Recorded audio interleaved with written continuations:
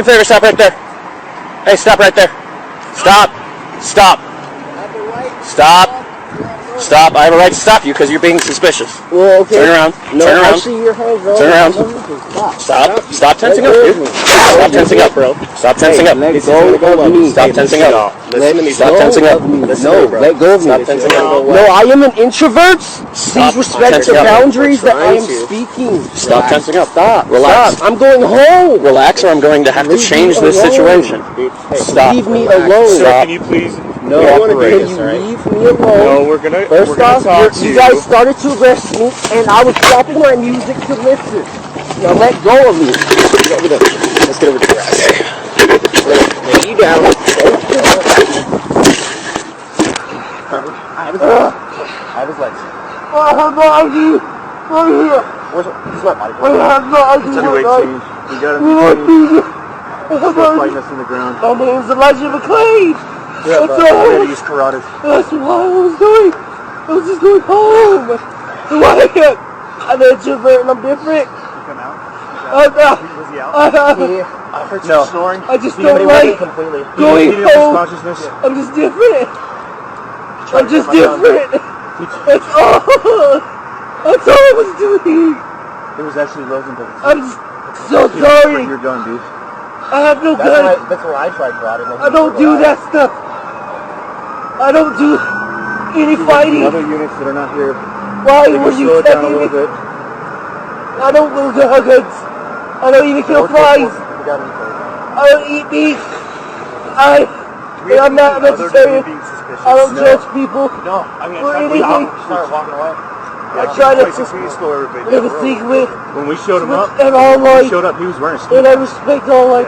We're walking, so I mean, that's. He spent his lunch breaks playing the violin for abandoned cats at the local animal shelter to make sure they didn't feel lonely. Elijah McClain was a 23-year-old massage therapist who his friends said wouldn't even hurt a fly. But on August 24, 2019, simply walking home from a convenience store cost him his life. He committed no crime. He had no weapon. Yet within minutes of police arriving, he was subjected to a brutal struggle and a lethal dose of ketamine. Mainstream media often moves on. But today we are looking at the tragic, preventable death of a gentle soul and the system that failed him. In this episode, we're going to break down exactly what happened that night, minute by minute, from a moment that 911 call was made to the decisions that changed everything. So how did a quiet walk home lead to one of the most controversial cases in recent years? That's what we're about to examine. Welcome to the Crime Anatomy. Elijah was born on February 25, 1996. He was raised primarily by his mother, Shanine McClain, a woman who often described her son as gentle in a way that was rare. From an early age, Elijah stood out not because he demanded attention, but because of how quiet and thoughtful he was. While many kids competed to be the loudest in the room, Elijah was the one who preferred to observe, listen, and keep to himself. His childhood was not always stable. At one point, his family faced homelessness. They moved frequently, trying to find safer places to live. Eventually, his mother made the decision to relocate the family from Denver to Aurora, hoping to escape the violence that had begun creeping too close to their neighborhood. She wanted a place where her children could grow up without constantly worrying about what was happening outside their front door. Even as a child, Elijah showed an unusual level of empathy. People who knew him often said he was deeply sensitive to the feelings of others. He didn't like conflict. He avoided confrontation whenever possible. Instead, he tried to bring calm to the people around him. That quiet nature followed him into adulthood. Friends described Elijah as introverted, thoughtful, and almost painfully polite. He often apologized, even when he had done nothing wrong. He was someone who spoke gently and tried to see the good in people. Years later, during the police encounter that would ultimately end his life, Elijah said something that seemed to capture his personality perfectly. "I'm an introvert. I'm just different." Those words would become some of the most widely remembered from a case. Academically, Elijah's path was not traditional. He left high school at 17, but that decision didn't mean he had given up on his future. Instead, he pushed forward in his own way. He studied hard and earned his GED, determined to keep building toward something better. After that, Elijah enrolled in massage therapy school. For him, it wasn't just a job opportunity. It was something that matched his personality. Massage therapy allowed him to help people in a direct, personal way, relieving pain, easing tension, and helping others feel better physically and emotionally. While he trained for that career, Elijah worked at a Little Caesars restaurant to support himself. It wasn't glamorous work, but he approached it with the same dedication he brought to everything else in his life. Eventually, he began working professionally as a massage therapist. He held positions at places like Massage Envy and also worked in a chiropractic office. The job suited him. Clients often said he was patient-focused and attentive. But Elijah's ambitions stretched beyond the city where he lived. He dreamed of traveling the world. More specifically, he hoped to work as a massage therapist on a cruise ship. That job would allow him to see new places while continuing the work he loved, helping people heal. Outside of work, Elijah had a creative side that many people didn't immediately notice. He loved music. He spent hours listening to different genres through his headphones while walking around his neighborhood. Music, in many ways, was his way of connecting to the world without having to speak. He also played the violin. It wasn't just a casual hobby. For Elijah, the instrument became another way to express compassion. One of the most unusual and memorable habits people later spoke about was something he did at animal shelters. Elijah would sometimes bring his violin and play for the animals there. The sound, he believed, helped calm dogs that were stressed or anxious. To him, even animals deserved comfort. In his free time, Elijah also enjoyed reading and watching anime. These quieter hobbies matched his personality perfectly. He wasn't someone who sought crowded environments or loud social scenes. He found peace in smaller, more personal moments. Through all of this, one relationship remained at the center of his life: his bond with his mother. McClain often spoke about how close they were. They talked frequently. She described Elijah as someone who genuinely wanted to make the world better in whatever small ways he could. She once referred to him as a healer. That word captured how she saw her son. In many ways, he lived a simple life. Work, music, books, long walks with his headphones on. For Elijah, those walks were moments of peace. Time to think, listen to music, and clear his mind. One of those walks would eventually become the center of a case that drew national attention, because the young man who spent his life trying to ease pain and bring calm to others would soon find himself surrounded by police officers who believed he was a threat. On the night of August 24, 2019, nothing about the evening seemed unusual for Elijah McClain. It was late summer in Aurora, Colorado. The neighborhood around East Colfax Avenue and Billings Street was quiet as the night settled in.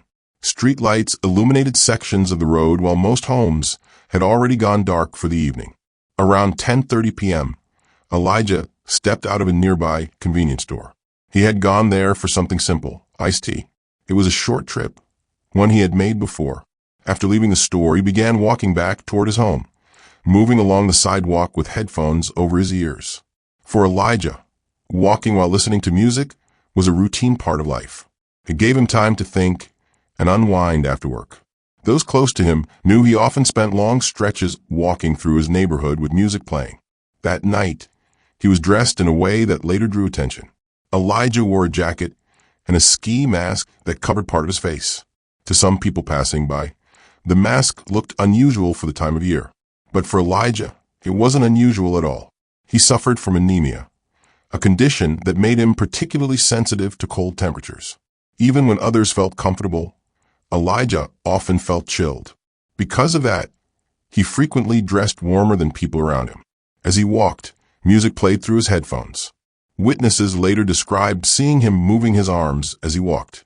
Some said it looked like he was dancing slightly, reacting to whatever song was playing. For Elijah, this wasn't strange behavior. Friends and family said music often pulled him into his own quiet world. But to someone watching from a distance, the movement and the ski mask created a different impression.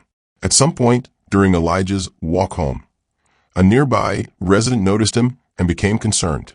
The resident picked up the phone and dialed 911. During the call, the person told the dispatcher there was a suspicious person walking in the area. The caller described a man wearing a ski mask and moving his arms. But the caller also made something very clear. They said the man did not appear to be armed. They also told the dispatcher the person was not threatening anyone. There was no report of a weapon, no report of an assault, no indication that anyone was in immediate danger. Still, the call triggered a police response. Officers with the Aurora Police Department were dispatched to the area near East Colfax Avenue and Billings Street to investigate the report. Within minutes, patrol vehicles began moving toward the location. Among the officers responding were Nathan Woodyard, Jason Rosenblatt, and Randy Roedema. They began searching the area for the person described in the call. It didn't take long for them to find him. Elijah was still walking down the street, continuing the short trip home. He had no reason to believe anyone was looking for him. He had not committed a crime. He had not been involved in any confrontation. He was simply walking through his neighborhood with music playing through his headphones. When the officers spotted Elijah, their body cameras were already recording. The footage would later become one of the most closely examined pieces of evidence in the entire case. As the patrol vehicles approached, the quiet routine of Elijah's walk was about to change. What had started as a routine check on a suspicious person quickly turned into a direct confrontation. The officers exited their vehicles and moved toward Elijah. From their perspective, they were responding to a call from a concerned resident. From Elijah's perspective, he had been walking alone, listening to music, when police suddenly approached him on the street. The distance between them closed quickly. Within seconds, the officers began speaking to him. They ordered him to stop. What happened next unfolded rapidly. The interaction, which had begun as a response to a nonviolent report, started escalating almost immediately. And in just a few minutes, the situation would move far beyond a simple police stop. The quiet walk Elijah McClain had started a short time earlier was about to turn into the encounter that would define his final hours. The moment the officers approached, the tone of the encounter changed. Elijah McClain was still walking along the street, headphones on, when patrol vehicles pulled up nearby. The officers stepped out and began moving toward him. Among them were Nathan Woodyard, Jason Rosenblatt, and Randy Roedema. Their body cameras were recording as they approached.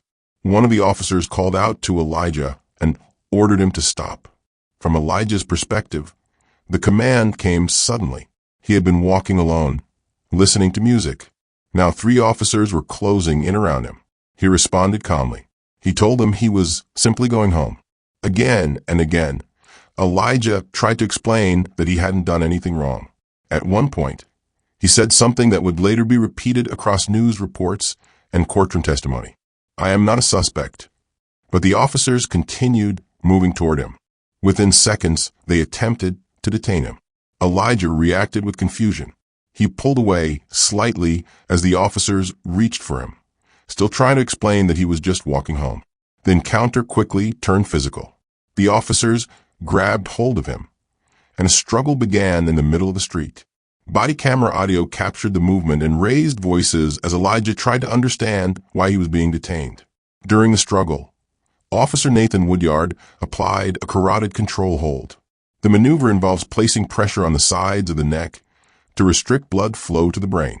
When applied correctly, it is intended to cause temporary unconsciousness within seconds. Woodyard later said he used the hold because Elijah continued resisting the officers' attempts to control him. The hold had an immediate effect. Elijah briefly lost consciousness. When he came to moments later, he appeared disoriented. At one point, he vomited.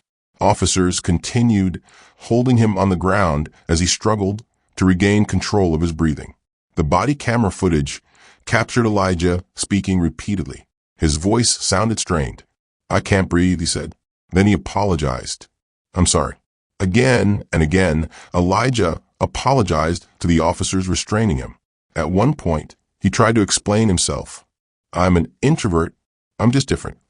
The words were spoken quietly, almost pleading. They would later become some of the most widely recognized moments from the footage. Even as Elijah spoke, the officers continued trying to keep him restrained. Officer Randy Roedema pressed him down while the others worked to control his arms. At some point during the struggle, Officers claimed Elijah reached toward one of their holstered firearms. The allegation was later disputed during investigations and legal proceedings, with questions raised about whether the movement was intentional or simply the result of the chaotic restraint. What is clear from the footage is that Elijah remained pinned to the ground for several minutes. Eventually, emergency medical personnel were requested to respond to the scene. Paramedics arrived shortly afterward. The two emergency responders who stepped out of the ambulance were Jeremy Cooper and Peter Sichuniak. When they arrived, Elijah was already restrained on the ground by officers. The paramedics began assessing the situation while speaking with the officers. Based on their evaluation, they concluded Elijah was experiencing what they described as excited delirium, a term that has been used by some emergency responders to describe individuals who appear extremely agitated or resistant during police encounters. That diagnosis would later become one of the most controversial elements of the case. Critics argued that the term lacked consistent medical standards and was often used during police restraints.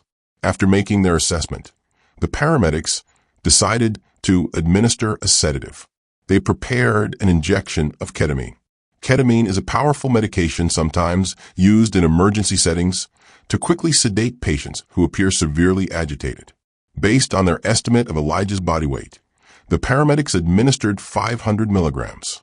The amount would later become a major point of debate, as Elijah's actual weight was significantly lower than what responders had estimated. Shortly after receiving the injection, Elijah's condition began to change. His movements slowed. Then he became unresponsive. Paramedics loaded him into the ambulance, while officers remained at the scene. Inside the ambulance, medical personnel began monitoring him as they prepared to transport him to the hospital. But during the ride, Elijah's condition worsened.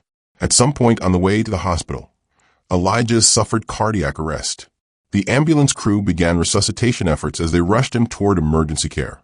When they arrived at the hospital, doctors continued trying to stabilize him. Despite those efforts, Elijah never regained consciousness. He remained on life support for several days as doctors monitored his condition. Family members waited for signs of improvement, but those signs never came. On August 30th, 2019, nearly a week after the encounter with police, Elijah McClain was declared dead. He was 23 years old.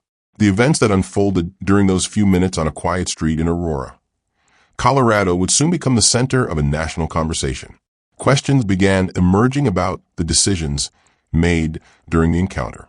Questions about the restraint. Questions about the sedative that had been administered. And questions about whether the outcome could have been prevented. In the days following the death of Elijah McClain, questions began to surface almost immediately. What had actually caused his death? Why had the encounter escalated so quickly? And were the actions taken that night justified? To answer those questions, investigators began examining the events that unfolded on August 24th, 2019, in Aurora, Colorado. The case first moved into the hands of a local coroner's office. Medical experts conducted an autopsy and reviewed the circumstances surrounding Elijah's death, including the physical restraint and the ketamine injection administered by paramedics.